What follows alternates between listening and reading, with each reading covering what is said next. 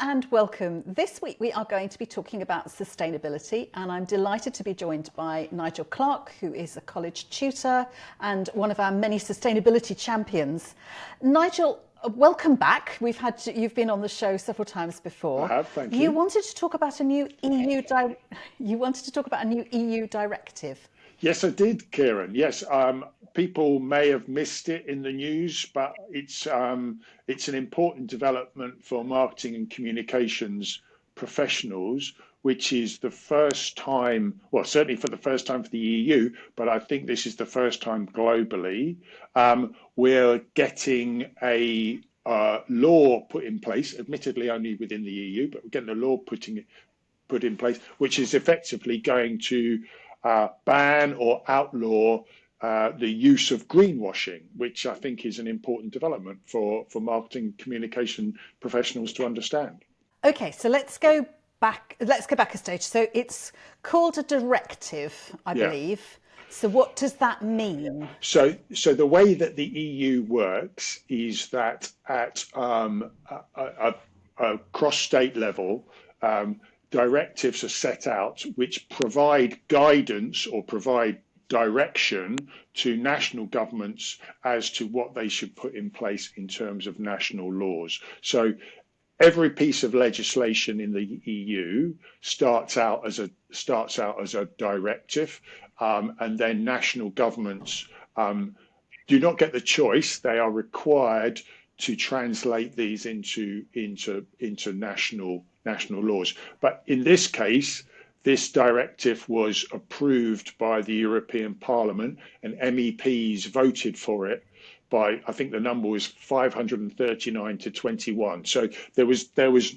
nobody saying, oh, do we really, should we really be doing this? This was, across the board, supported by all countries, all parties of every political persuasion. That's good. And when does it come into force? So the directive comes into force this year. Nation states have up to 2 years to translate the directive into a local law. That's normal for all directives. But I think the important thing now, and the important thing for marketers, communicators to understand, is this is very much setting the direction. It's not a case of, well, this might happen, this might not happen. This will happen, and it's very clear in terms of the direction of travel. So if professionals want to be a kind of ahead of the game, it's important that they understand where things are going. Okay, so that's all the sort of technicality side. So this is definitely happening, so we need to take it definitely seriously. Yes. So what is it? What is it trying to achieve? So what it's trying to achieve is make sure, absolutely be crystal clear, make sure that companies, brands do not make claims about the environmental or the climate performance of their product or service without that being backed up by data, by evidence, that it's transparent, that consumers or purchasers can understand and be clear that if a claim is being made, then that is genuine. Okay, so it's going to be like you can't claim that something is cheaper if you haven't sold it at the higher price. It's that level. You should be able to justify your claim. Yes, exactly. As marketers would expect with their products and services across other aspects of what they offer, it will be exactly the same for the environmental or climate claims that they make about their product. So what sort of things, so we're talking about greenwashing, aren't we? Yes, we are. We're absolutely talking about greenwashing. If people understand that the concept here, this will be the gold standard on getting rid of greenwashing. Okay, so what is it that the companies can no longer claim or say? So I think there are two levels here to look at it. One is kind of relatively new to the scene. So I think if marketers are familiar with the risk of greenwashing, they might be aware that there are already not laws, but for example, in the UK, we have something called the Green Claims Code, which has been established which is set out by the Competition and Markets Authority. So there have already been some companies and some brands that have fallen foul of the Green Claims Code in the UK already, and that is usually where somebody, in some cases quite innocently, have made a claim about the environmental performance of their product or their service or their brand, but they've not been transparent about how they've made that claim. They've not backed it up with evidence, so consumers or purchasers can't actually find the detail, or they've got ahead of themselves. They've made a claim about, we can do this, but they've not really worked through the detail. There have been some cases where people are just sort of go, oh, let's say that it's fully recyclable when it's not, or let's say there's very little environmental impact when there is, but isn't. But in most cases, the brands that have fallen foul of the code so far have just been a little bit over enthusiastic, or they've not been sufficiently transparent. That is within the directive, and so if companies or brands continue to do that, they will fall foul of the directive as well. Where the directive goes further is in terms of making similar claims about your impact on climate change, or whether you are being good for the climate and reducing your carbon impact. Okay, so the carbon side and the fact that they're really going after carbon offsetting, as far as I can see, is really interesting. So before we get into that, let's go back a stage. What is carbon offsetting? So what are companies claiming that they are doing? So you may have seen brands have been doing this for quite a while. In some cases, not trying to obfuscate or hide behind sort of sneaky accounting, but what they have been doing is claiming that their products are, the language is typically kind of carbon neutral or climate neutral or even climate positive. You see some brands make the claims about, and in that instance, what they're doing is they are buying something called a carbon offset.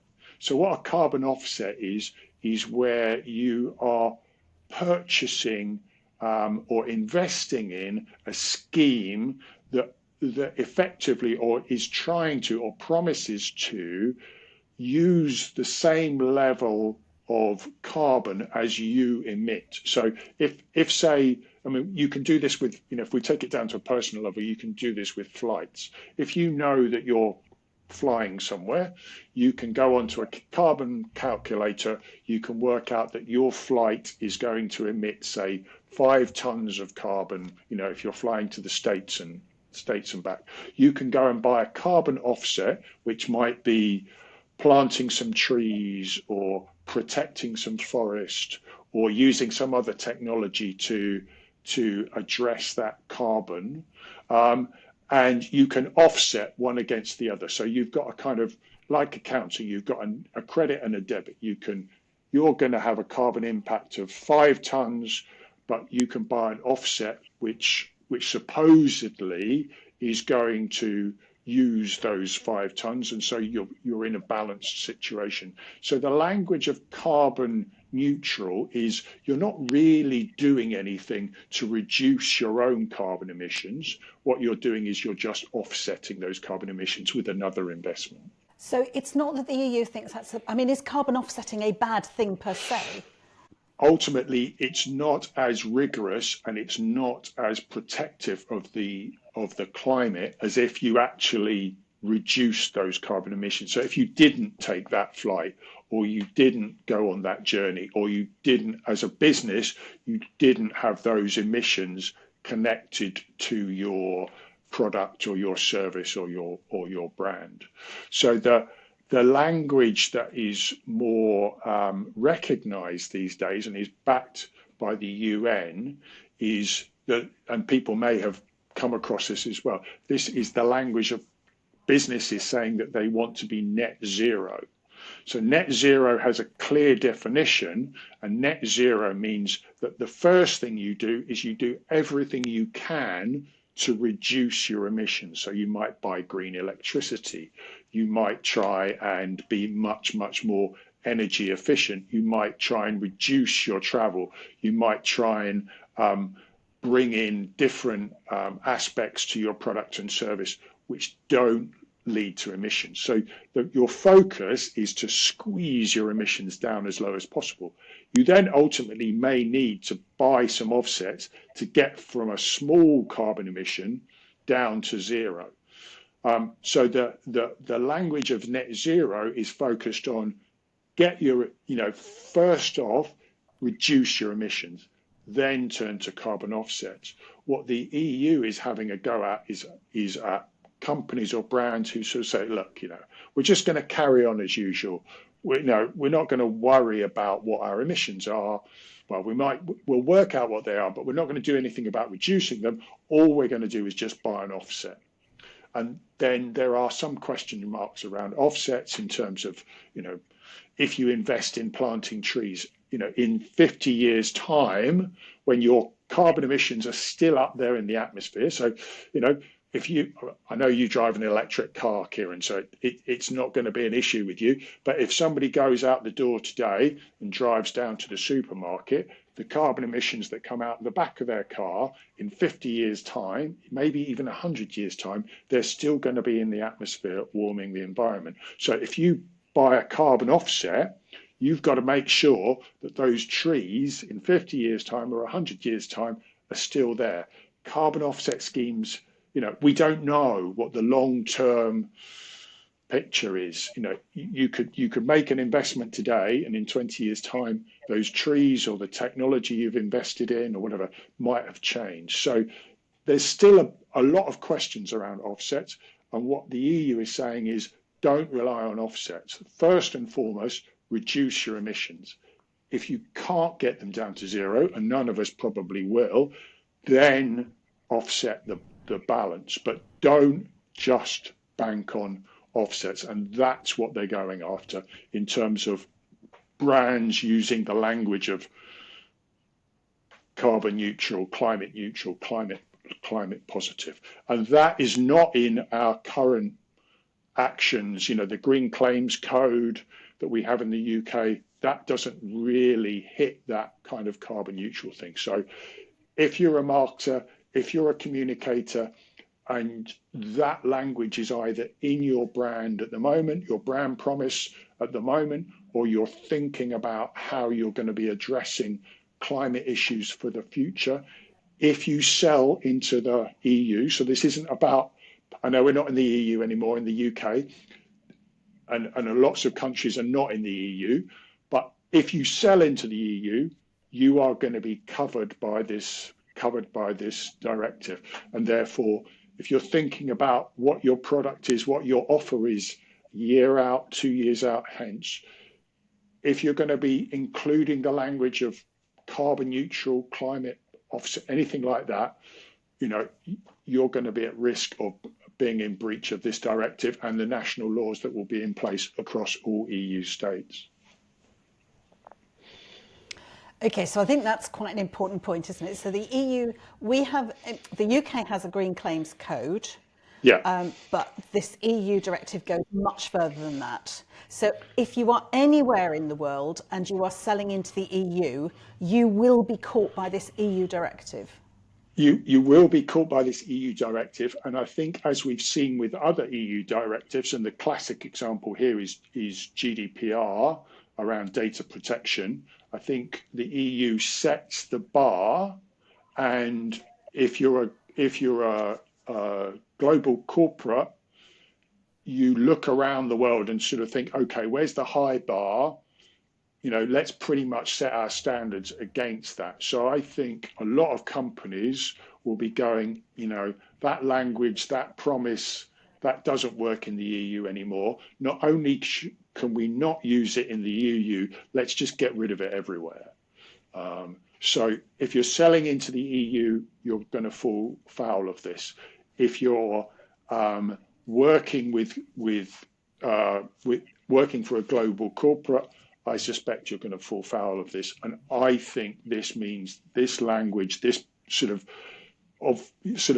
mishmash of terms around carbon and climate are going to disappear from the scene overall, or I hope they are anyway. But I think this will be the first nail in the coffin of that kind of carbon neutral language. Which is presumably that unless a company can actually claim they really are carbon neutral, but I think you're going to tell me that nobody really can be carbon neutral. Well, I think it's going to be a term that is, it's already tarnished. I think it's just going to lose currency. So the language or the term that will replace it is around making a commitment as a business. So this has to be at the business level. You can't do this just for a single brand, but the term or the language or the commitment that is going to change at a business level is about a commitment to being net zero. So net zero has a clear definition backed up by the UN. You can't mess around with that. And I think that's where thankfully that's where we're heading. Yeah, and I'm with you. I think this is a great thing. I think anything that makes it clearer for consumers has got to be good. I know you teach a carbon literacy trust or a course certified by the Carbon Literacy Trust. Would you like to explain a little bit about that and what that means?